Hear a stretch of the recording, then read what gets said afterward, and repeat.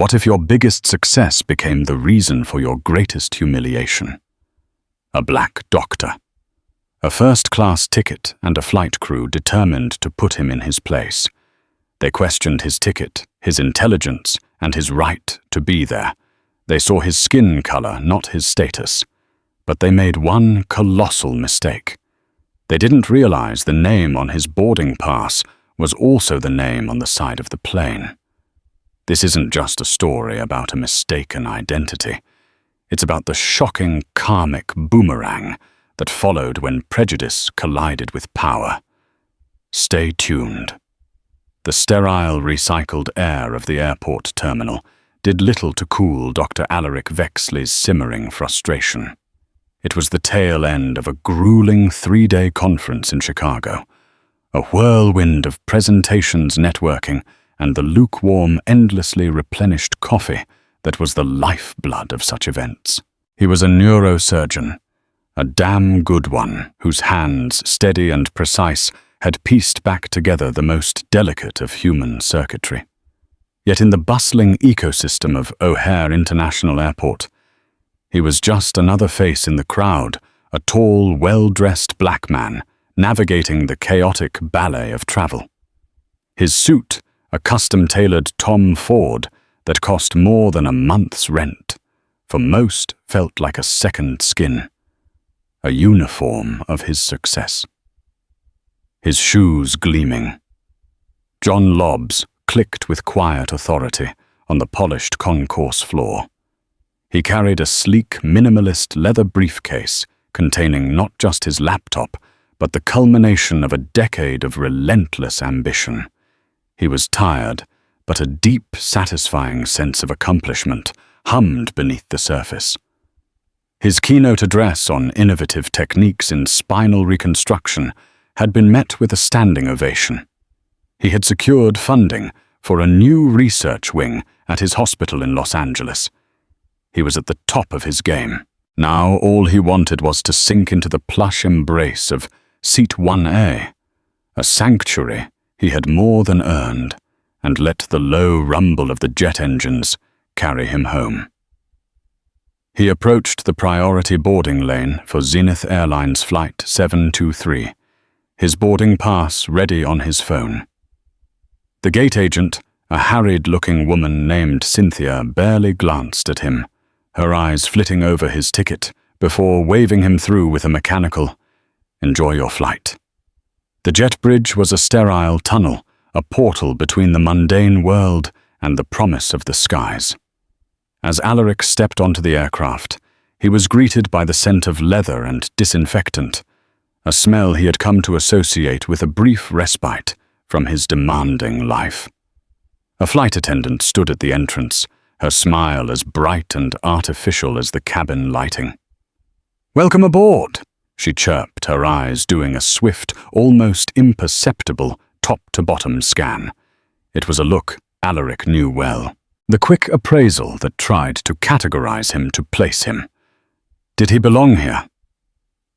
"Good afternoon," Alaric replied, his voice a low, smooth baritone that commanded attention without demanding it. He moved past her, turning left into the hallowed ground of the first-class cabin. The Zenith Airlines first-class solitude pods, as the marketing material called them, were a study in corporate luxury. Each seat was an enclosed suite with a lie-flat bed, a personal minibar, and a 24-inch screen. Alaric located 1A, the premier seat in the front corner, offering the most privacy and space. He slid his briefcase into the overhead compartment and was about to settle into the seat when a voice, sharp and laced with a cloying sweetness, cut through the cabin's quiet hum. "Excuse me, sir. Can I help you?" It was the same flight attendant from the door. She had followed him. She was in her late 40s, with meticulously coiffed blonde hair that looked as though it wouldn't move in a hurricane, and a name tag that read Brenda. Her smile was still firmly in place, but her eyes held the glint of a petty tyrant policing her tiny kingdom. "I'm fine, thank you," Alaric said, his tone even. "Just getting settled. Brenda's smile tightened a fraction of an inch. "I think you might be in the wrong cabin, sir. Economy boarding hasn't started yet. You can wait back in the boarding area, or if you'd like, I can show you to your seat in the main cabin."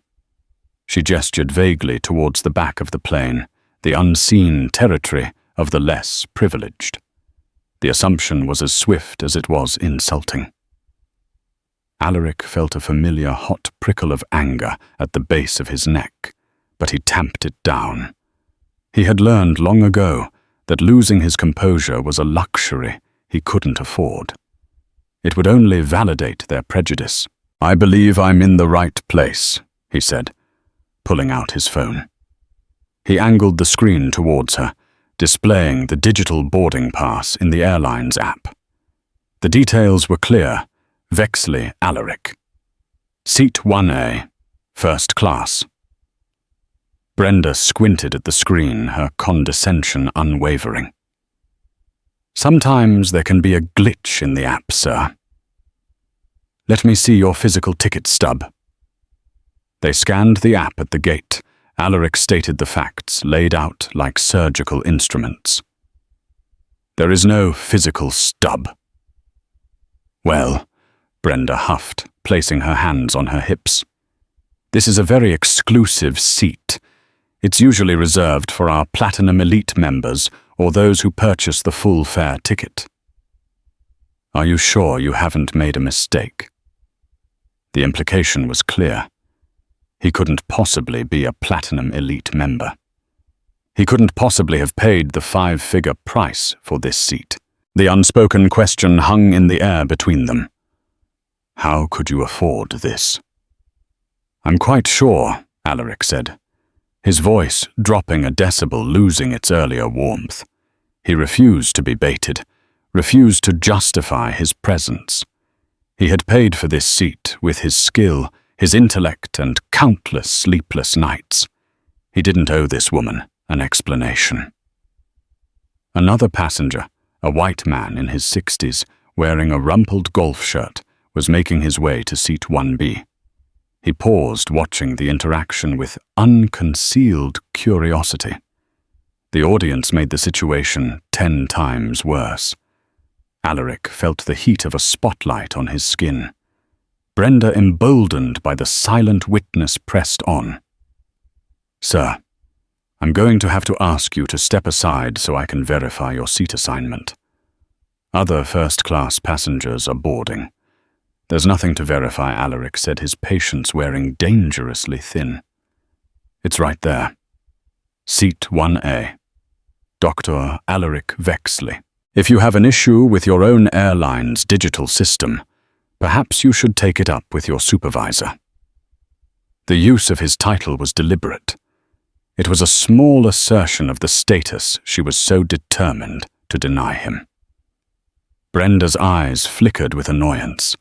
She was losing control of the situation, and she didn't like it.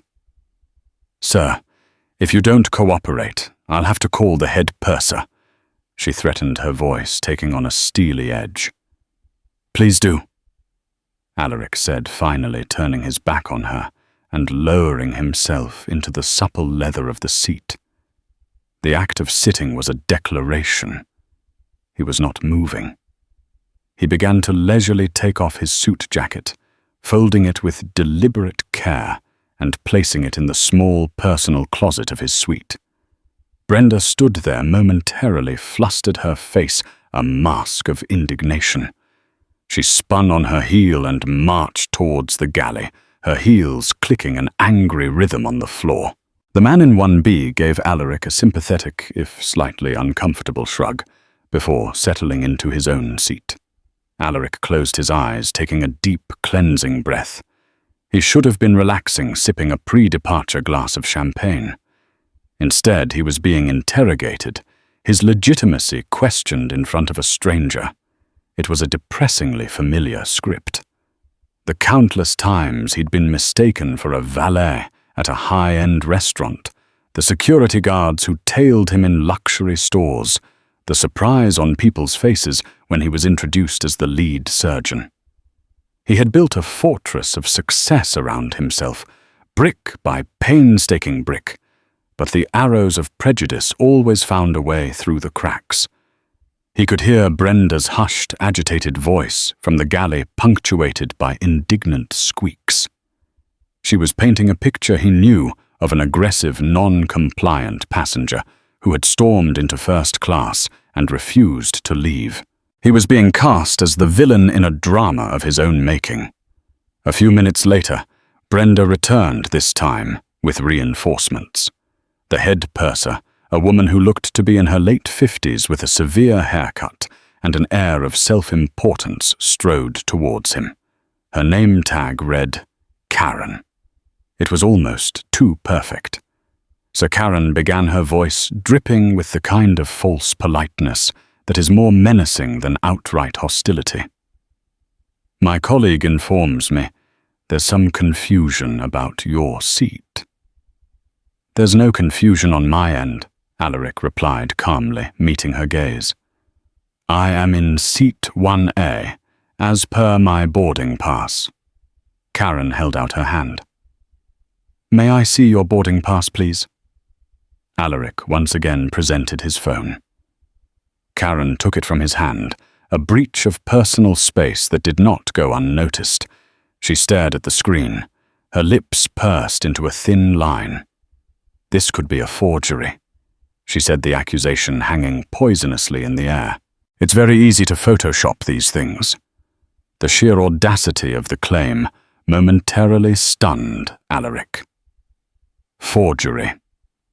He was a world-renowned surgeon, a man who held lives in his hands, and he was being accused of faking a boarding pass like a teenager trying to sneak into a concert. "Are you seriously accusing me of a felony right now?" he asked, his voice dangerously low. "I am simply stating a possibility," Karen retorted, her eyes cold and hard. "This seat is blocked for a VIP, a very important client, and with all due respect, sir, you don't fit the profile. You don't fit the profile." There it was. The ugly truth laid bare. It wasn't about the ticket. It wasn't about a glitch in the system. It was about him, his face, his race. In their eyes, he was an anomaly, a disruption to the natural order of things. A black man in seat 1A was a variable they could not compute, and therefore it had to be an error. His error. And what profile is that? Exactly, Alaric challenged his gaze, unwavering. Karen seemed to realize she had overstepped. She handed the phone back to him dismissively. "Our top-tier clients." "Sir, I'm not going to argue with you. The gate agent is coming to sort this out. In the meantime, I need you to vacate this seat." The cabin was starting to fill up. More passengers were trickling in their curious glances, feeling like tiny needles on his skin. He was now the floor show, the pre-flight entertainment. A quiet rage, cold and sharp, began to build within him. He had been polite. He had been patient. He had followed all the rules. And for what? To be treated like a criminal, a trespasser. He thought about the reason he was on this specific flight on this specific day. He thought about the name Zenith Airlines had courted for months, the partnership they had been so desperate to secure. He thought about the surprise he had planned, the quiet satisfaction he had anticipated, and he made a decision. He would not get angry. He would not raise his voice. He would let them play out their entire sordid little drama. He would let them dig their own graves, because they had no idea who he was. They had no idea what was coming. They were so blinded by their own biases that they couldn't see the colossal career-ending mistake they were making. The name on the boarding pass, they refused to believe, was just the beginning. The real proof of his identity was emblazoned on the very plane they were standing in, and the revelation, when it came, would be more satisfying than any glass of champagne. The karma he mused was going to be exquisite. The arrival of the gate agent, Cynthia, did not de-escalate the situation. It merely added another layer of bureaucratic obstinance. She bustled onto the plane, an iPad clutched in her hand, like a shield, her face set in a mask of harried importance. Brenda and Karen flanked her, a united front of suspicion, their expressions a mixture of vindication and annoyance. Sir Cynthia began not even bothering to make eye contact with Alaric, instead directing her words to the general vicinity of seat 1A. "We have a problem with your seat assignment." Alaric leaned back, affecting an air of detached curiosity. "So I've been told." Repeatedly. "Perhaps you could enlighten me as to what the specific problem is. Because from where I'm sitting, which is, I'll remind you, my assigned seat, everything seems perfectly fine." Cynthia finally looked at him, her eyes impatient. "The problem, sir, is that our system shows seat 1A is reserved for a member of the Vexley Medical Group. It's a corporate booking. A VIP booking." And Alaric prompted, raising an eyebrow. "And you're not him," Brenda interjected, unable to contain herself. "We've already established that." Alaric almost laughed. "Established that how exactly?" By the sheer force of their collective disbelief, he turned his gaze to Cynthia, ignoring Brenda completely. "My name is Dr. Alaric Vexley. The boarding pass on my phone issued by your airline confirms this. Are you suggesting your own system is lying?" Cynthia tapped furiously at her iPad. "I have the passenger manifest right here. It lists a Dr. M. Vexley. That's a corporate account. We have a description of the passenger provided for our VIP services. We need to know who to look for, you see." She looked up, a triumphant smirk playing on her lips. "And the description we have doesn't match." This was a new and frankly bizarre twist. A description Alaric asked, intrigued, despite his anger. "What kind of description?" Karen stepped forward, her voice low and conspiratorial, as if sharing a state secret. "The file notes that Dr. Vexley is the head of a major surgical team, a distinguished figure. We were expecting someone different." The euphemisms were as clumsy as they were insulting. Someone different.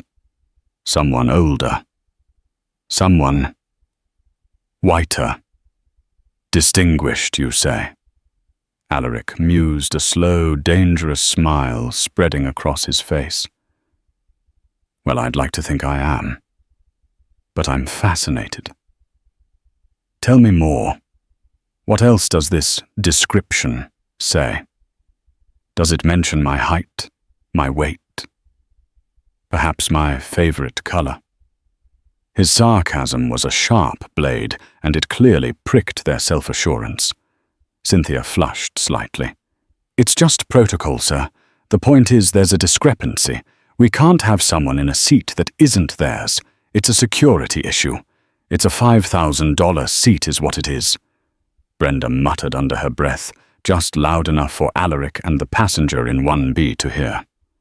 The man in the golf shirt shifted uncomfortably, studiously avoiding eye contact with anyone. "So what you're telling me," Alaric said, summarizing the absurdity of the situation, "is that you have a boarding pass issued by Zenith Airlines with my name on it for this specific seat. You have a passenger manifest which also has my name on it. But because I don't fit some vague, unwritten profile you've decided I must be an imposter. Is that the gist of it?" "We need you to deplane, sir." "Cynthia," said her voice firm, "we can sort this out at the gate. We can't hold up the flight for this." "Hold up the flight," Alaric echoed his voice, rising just enough to carry through the first-class cabin. Several other passengers were now openly staring. "I'm not the one holding up the flight." I boarded, went to my assigned seat and sat down. You three are the ones causing a scene, blocking the aisle and harassing a paying customer. You are not a paying customer until we can verify who you are. Karen snapped her professional veneer, cracking completely. Her face was red with frustration. Then verify it. Alaric challenged, his patience finally snapping. Do your jobs. My name is Alaric Vexley. My ID is in my briefcase. It matches the name on the ticket. What more do you need? A DNA sample, a sworn affidavit. We can't accept your ID as proof, Cynthia said nonsensically. Because we don't believe you're the person you say you are. The circular logic was staggering. They wouldn't believe his ID because they didn't believe he was him. It was a perfect, self-contained bubble of prejudice. They had made their judgment the moment he stepped on board, and every piece of evidence to the contrary was being dismissed as a forgery or a mistake. This is unbelievable, Alaric said, shaking his head in genuine disbelief.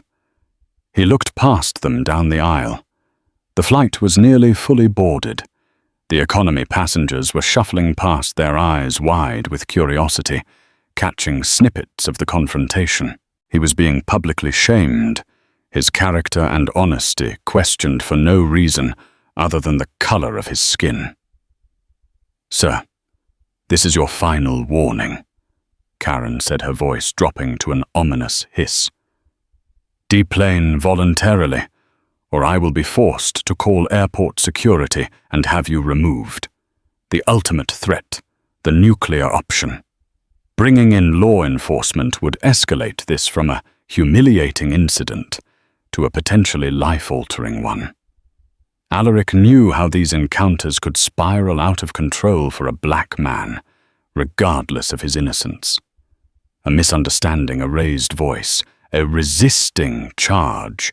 His career, his reputation, his very freedom could be on the line. For a fleeting moment, he considered giving in. Was this seat, this principle worth the risk? He could get off, demand a refund, and book another flight. He could sue them later. But then he looked at the smug, self-righteous faces of Brenda and Karen and the weary, bureaucratic indifference of Cynthia. He thought about the countless others who had faced similar humiliations without the resources to fight back. If he, a man of considerable means and status, backed down, what hope was there for anyone else? No. This was a battle he had to fight. Not just for himself, but for every person of color who had ever been made to feel like they didn't belong. He leaned forward, his voice calm, but with an undercurrent of steel that made all three of them pause. Go ahead, he said quietly. Call them. The trio was taken aback. They had expected him to fold, to crumble under the threat. His quiet defiance threw them off their script. Call airport security. Alaric repeated, his gaze locking onto Karen's. Get the captain. Get the CEO of Zenith Airlines on the phone if you have to.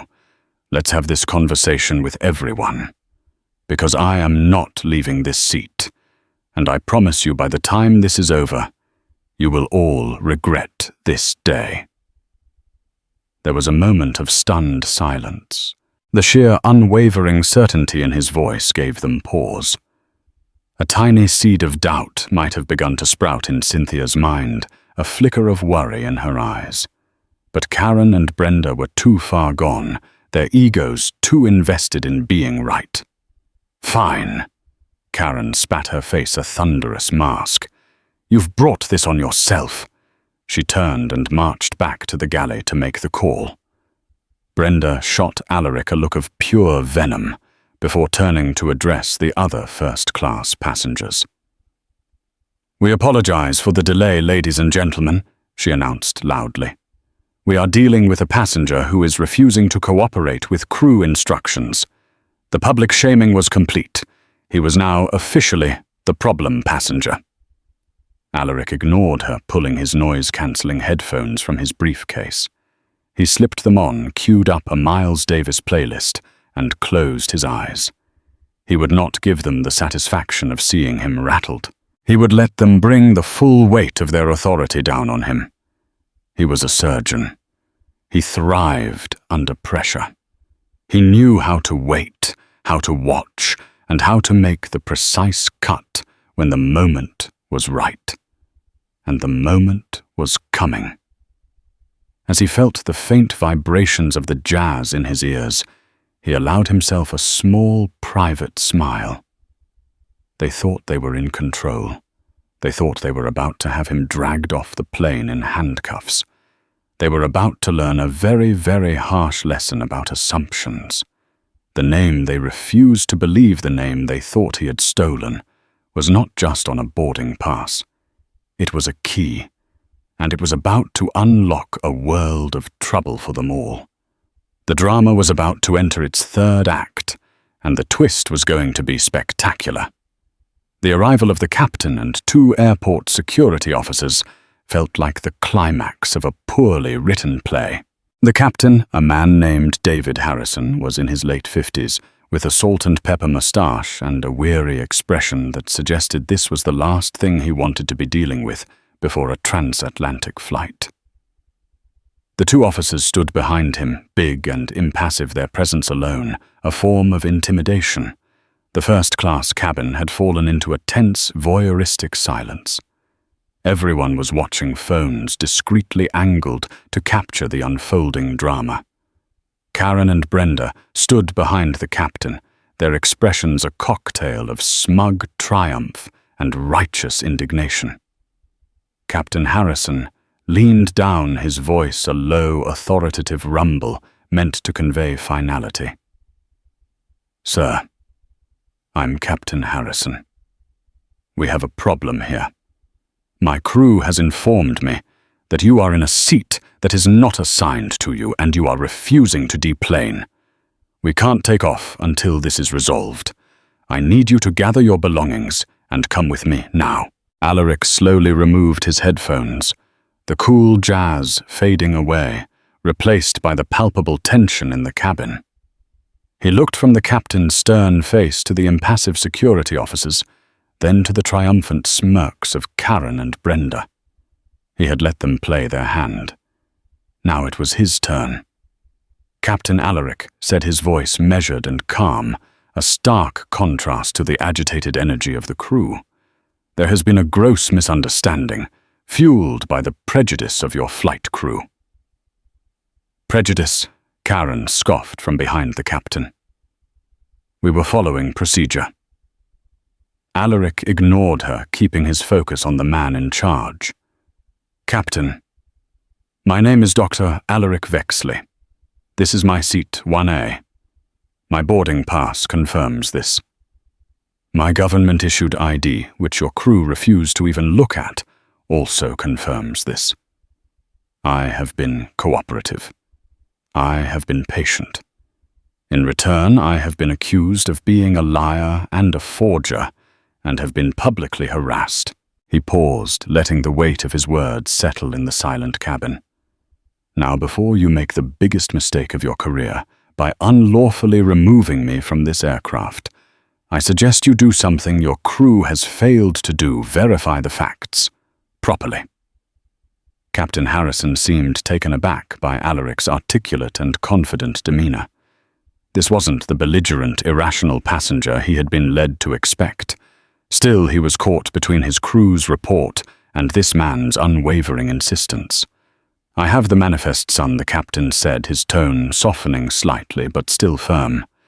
"It says the seat is for the Vexley Medical Group, a corporate account." "Correct," Alaric said. "I am the Vexley Medical Group. It's my company. I founded it. The corporate account is mine." A ripple of murmurs went through the nearby passengers. The man in 1B's eyes widened. Brenda let out a disbelieving little snort. "That's ridiculous," she said to Karen, just loud enough to be heard. "Is it?" Alaric challenged his gaze, flicking to her for a split second, cold as ice. He turned back to the captain. "Captain, your crew mentioned this flight was special. That seat 1A was for a VIP. They are correct. It is. But they have fundamentally misunderstood why it's a VIP booking." He leaned forward slightly. "This isn't a standard commercial flight of Zenith Airlines, is it?" "Captain." "Not really." Captain Harrison's brow furrowed. "I'm not sure what you mean." "Let me be more specific," Alaric said, his voice ringing with clarity. "This aircraft, a Boeing 707, 300 ER registration number, N723ZA, was recently sold, wasn't it? To a private entity. And this flight 723 is the inaugural journey under a new wet lease agreement. Zenith Airlines is providing the crew the maintenance, the operational logistics, but the plane itself now belongs to a new owner, an owner who is using this flight to transport his own medical and research personnel from a conference in Chicago to a new facility in Los Angeles. Is that not correct?" The color drained from Captain Harrison's face. Alaric was reciting specific non-public details about the flight's operational status. This was information a random passenger couldn't know. The seed of doubt that had been planted in the crew's mind was now a rapidly growing tree in the captain's. How would you know that?" the captain stammered. Alaric smiled a slow, sad smile that held no humor. "Because I'm the one who signed the lease agreement. I'm the new owner." Silence. A profound, echoing silence that consumed the entire cabin. The kind of silence that is so complete you can hear the blood pounding in your own ears. Karen's jaw literally dropped. Brenda's face went from smug to confused to horrified in the space of 3 seconds. She looked as if she had been struck by lightning. The gate agent, Cynthia, who had since returned to the gate, was now standing in the doorway of the jet bridge, her iPad hanging limply from her hand, her face a mask of dawning terror. That's not possible," Karen whispered the words, catching in her throat. "Oh, it's very possible," Alaric said, his voice now taking on an edge of command. "And it gets worse for you. You see, I wanted to mark the occasion. A little celebration for my team. A bit of flair for our first flight." He looked directly at Brenda, then Karen. "You were so concerned about who I was. You were so busy trying to fit me into your narrow-minded little profile. Did it ever occur to you to simply look around, to read the signs?" He gestured to the bulkhead wall at the very front of the cabin. There, on a large digital screen that had been displaying a serene, looping video of clouds, the image had now changed. In elegant, stylized silver lettering against a deep blue background, it now read, "Welcome aboard the TMG Pioneer. Inaugural flight. Courtesy of the Vexley Medical Group." A collective gasp went through the cabin. The passengers who could see it were pointing, whispering their phones, now very openly recording. "TMG Alaric," said slowly, spelling it out for them, as if they were children. "Vexley. Medical. Group. My group. My initials." He wasn't finished. He looked at Captain Harrison, whose face was now ashen. "Captain, if you would be so kind as to look out your cockpit window. To the left, at the ground service vehicles, you'll notice the catering trucks are not from Zenith's standard provider. They're from a company called First Point Catering, a private service I retained for all TMG flights, and the welcome mat at the top of the jet bridge, the one your crew stood on to greet, or in my case harass, the passengers. It doesn't have the Zenith logo. It has mine. His final blow was delivered with surgical precision. But of course, that's all inside. Easy to miss if you're not paying attention. But there is one final detail. One rather large, unmissable detail that I'm sure the ground crew has noticed. On the exterior of this aircraft, right below the cockpit window, in 2-foot-high letters, is the new name of the plane. It reads, "The Dr. Alaric Vexley. You have been standing this entire time on my plane, berating me, threatening me and accusing me of being a fraud, while my name is literally written on the side of it." The revelation landed with the force of a physical blow. Brenda swayed on her feet, grabbing the edge of a seat for support. Her face was a ghastly shade of white. Karen looked like she was going to be physically sick. She stared at Alaric, her eyes wide with a terror that went beyond losing her job. It was the terror of someone who has just realized they have insulted a god, a king, a man who held their entire professional world in the palm of his hand. The two security officers exchanged an uneasy glance and took a subtle step back, distancing themselves from the crew, from the captain, from the whole mess. They were no longer there to remove a passenger. They were witnesses to a corporate execution. Alaric finally stood up, his full height seeming to command the entire space. He was no longer a man being interrogated in a chair. He was the master of his domain.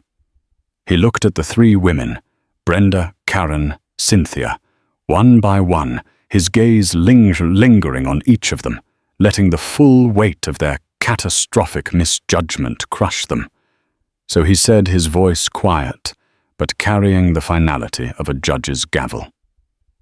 "Do you still need to see my ID, or is the name on the plane sufficient proof for you the immediate aftermath of the revelation was not an explosion, but an implosion?" The arrogant certainty that had fueled Brenda, Karen, and Cynthia collapsed inward, leaving a vacuum of pure, unadulterated horror. The world they had occupied just moments before, a world where they were the arbiters of rules and status, had ceased to exist. In its place was a terrifying new reality, where they were not just wrong, but catastrophically, career-endingly wrong. Brenda was the first to break. Her carefully constructed facade of professional composure shattered into a million pieces. "Oh my God," she whispered, her hand flying to her mouth. Her eyes, which had previously held such contempt, were now wide with panic and brimming with tears. "Dr. Vexley, I am so sorry. I had no idea. We had a memo, but it just said VIP. It didn't... Her words tumbled out, a frantic, incoherent cascade of excuses that only dug her hole deeper. Karen, ever the purser, tried to maintain a shred of decorum, but it was a losing battle. Her face, which had been flushed with anger, was now a pale, waxy mask. She swallowed hard, her sharp-featured face seeming to crumble. "Sir, Dr. Vexley, there has been a terrible, terrible misunderstanding. Our protocols, the information we were given, was incomplete. This is inexcusable. On behalf of the crew, I offer our most sincere and humble apologies." Her apology was formal, almost robotic, as if she were reading from a script for a crisis she had never imagined she would star in. But beneath the stilted words was a current of raw fear. Cynthia, the gate agent, who was still hovering by the aircraft door, looked as if she wanted the ground to swallow her whole.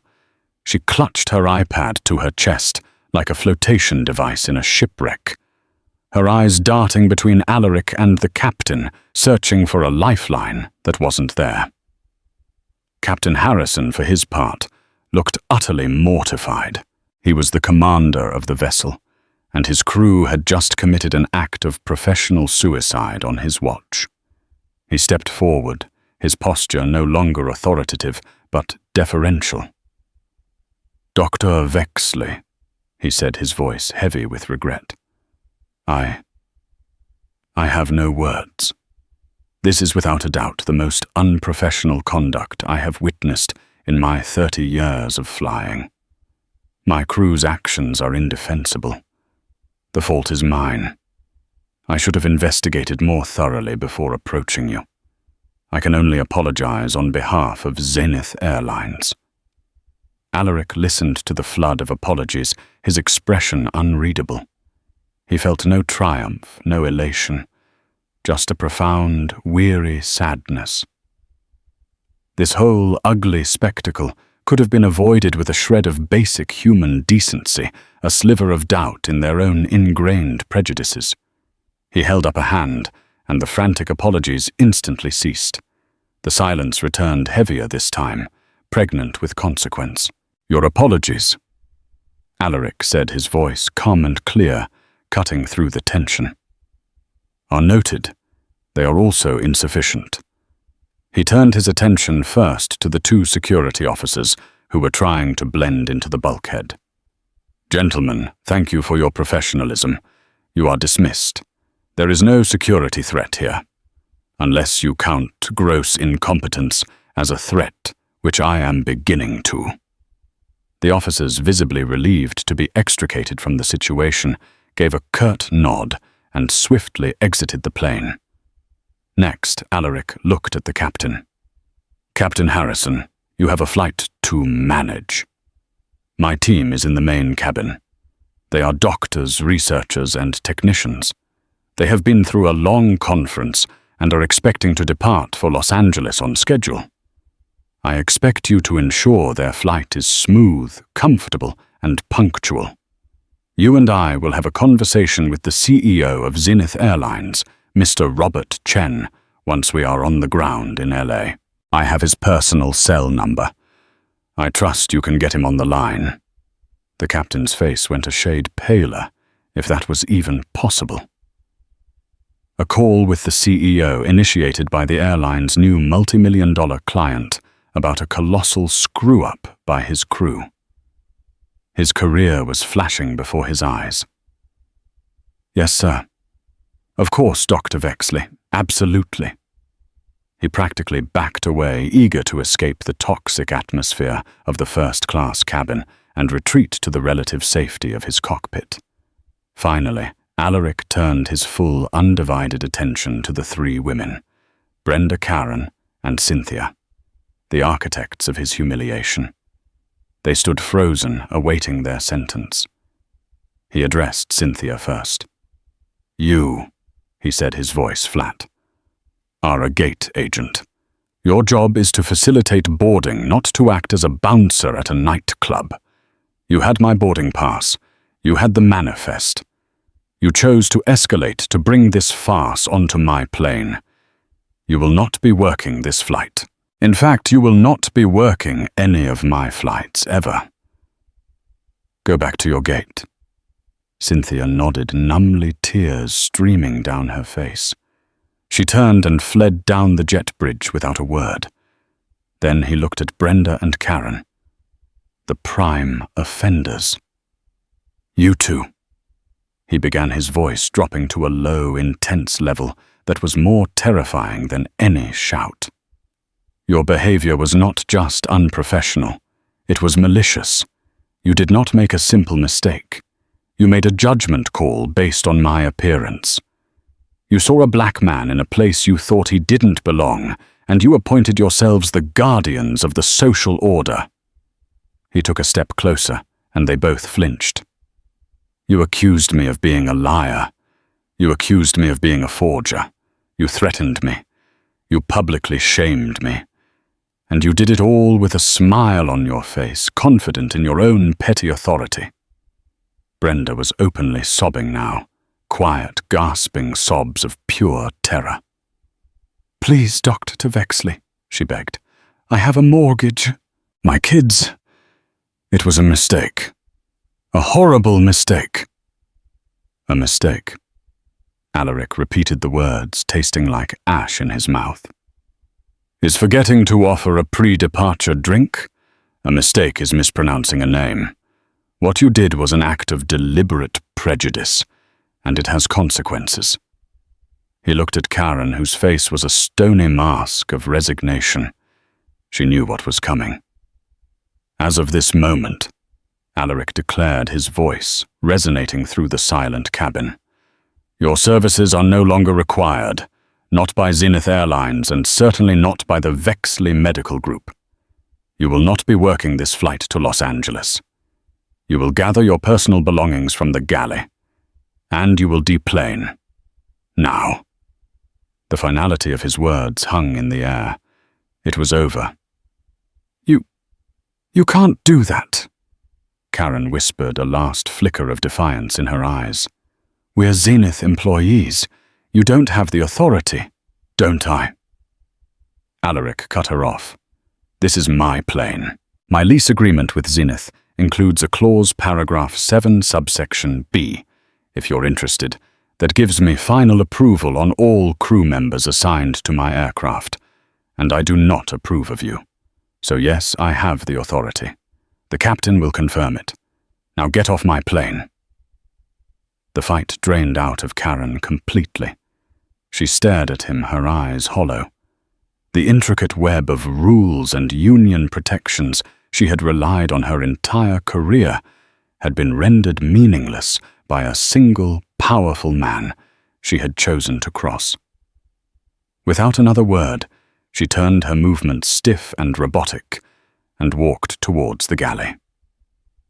Brenda, her face streaked with mascara, shot Alaric one last pleading, desperate look before following her colleague into professional oblivion. The other first-class passengers, including the man in 1B, sat in stunned silence, witnessing the swift and brutal fallout. They had seen a man humiliated, and now they were seeing justice delivered cold and absolute. Alaric stood for a moment in the now quiet cabin. He took no pleasure in what he had just done. He felt drained, exhausted. He had just wanted to go home. Instead, he had been forced to fight a battle he shouldn't have had to fight. He walked over to his seat, 1A, and finally sank into the leather. It felt different now. It wasn't just a seat. It was a throne he had been forced to defend. He looked out the window as two new flight attendants, their faces a mixture of nervousness and awe, hurried on board to replace the disgraced crew. He saw Brenda and Karen, their small roller bags in tow, walking slowly, defeatedly across the tarmac, away from the plane, away from their careers. The fallout had been swift.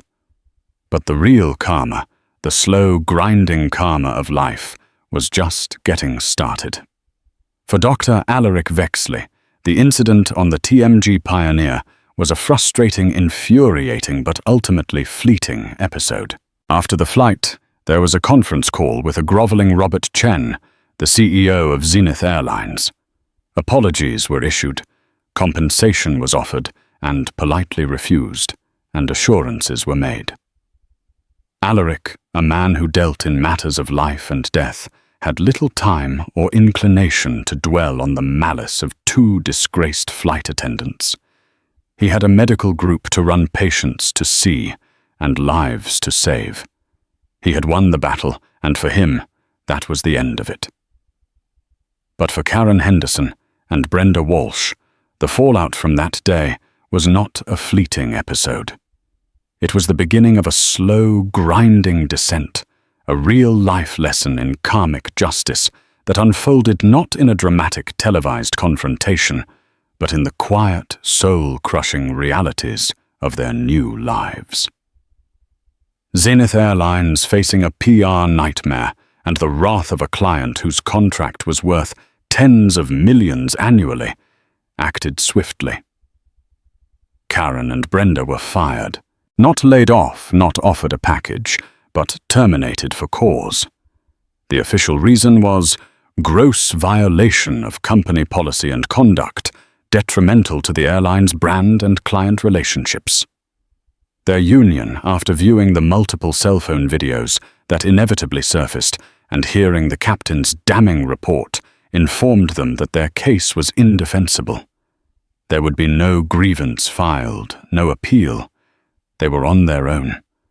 Karen, the senior purser, the queen of her narrow aluminum kingdom, found the fall from grace to be the most disorienting.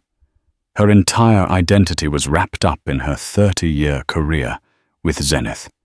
She was the one who knew the rules, who enforced them, who moved through the world with the unshakable confidence of a person with a good pension and flight benefits. Suddenly, all of it was gone. She tried to find another job as a flight attendant. But the airline industry, for all its size, is a small, gossipy world. The story of the Vexley incident, as it came to be known, had spread like wildfire. No legacy carrier would touch her. Her applications to Delta United and American were met with polite but swift rejections. The story was just too toxic. The image of a senior crew member being dressed down by a man whose name was on the side of the plane was the stuff of industry legend, a cautionary tale told in crew lounges from JFK to LAX. Desperate Karen applied to budget airlines, Spirit Frontier. Here she wasn't just a pariah. She was overqualified, and at 58, too old. They wanted young, non-union employees. They could pay a fraction of what she used to make. The interviewers, some of them half her age, looked at her with a mixture of pity and morbid curiosity. She was a relic from another era. Her savings, once substantial, began to dwindle. The mortgage on her tidy suburban home, once easily manageable, became a monthly source of terror. She had to sell the house, the symbol of her life's work, and move into a small one-bedroom apartment with a view of a parking lot. The pride she took in her appearance evaporated. Her severe professional haircut grew out into a shapeless mess. The crisp uniforms were replaced by discount store sweaters. The true karma, however, was not financial. It was psychological. Karen, who had judged Alaric Vexley in an instant, now found herself on the receiving end of constant casual judgment. She took a job as a cashier at a large upscale grocery store, the kind she used to shop at. Now she was the one serving the wealthy women in their athleisure wear, their condescending glances and impatient sighs, a constant reminder of her new station in life. She who had once patrolled the aisles of a first-class cabin now had to ask for a manager's approval to accept a customer's expired coupon. The petty authority she had once wielded was gone, and she felt naked and powerless without it. She saw prejudice everywhere, in the way a customer spoke to her, in the way a manager scheduled her shifts.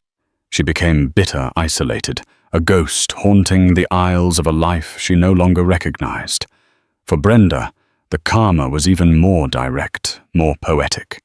After being fired, she found herself in a desperate financial situation.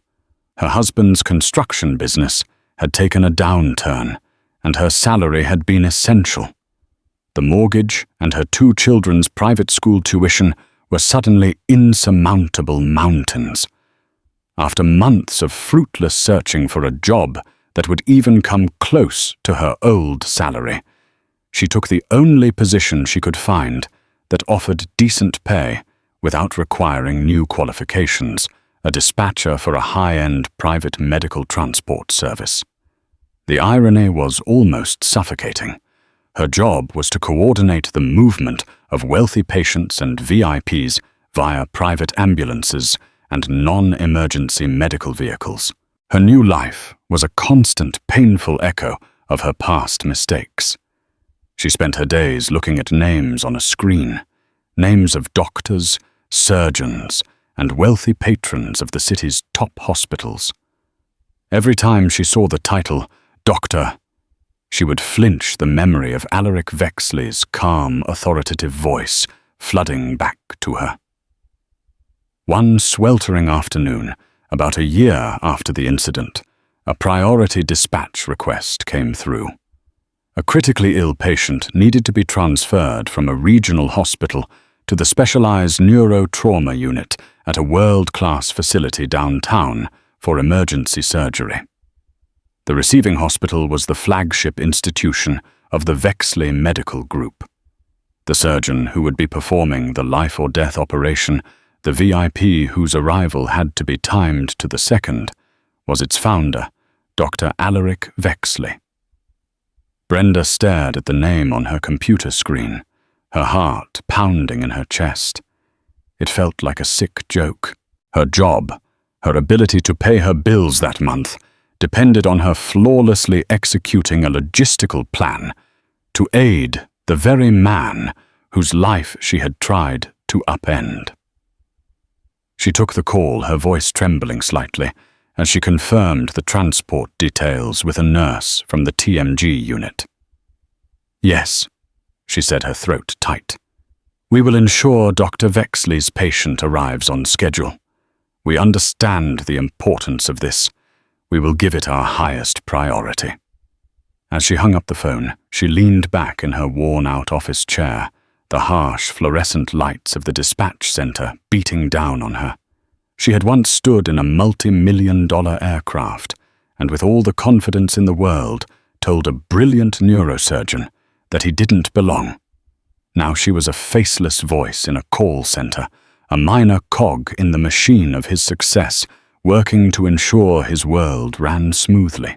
She was helping him save a life, the kind of important world-changing work she had never once considered he might be capable of. That was the hard karma. It wasn't a single dramatic moment of retribution. It was the slow, relentless erosion of their pride. It was the daily confrontation with their own irrelevance. It was the quiet, agonizing realization that in their attempt to put a man in his place, they had only succeeded in demolishing their own.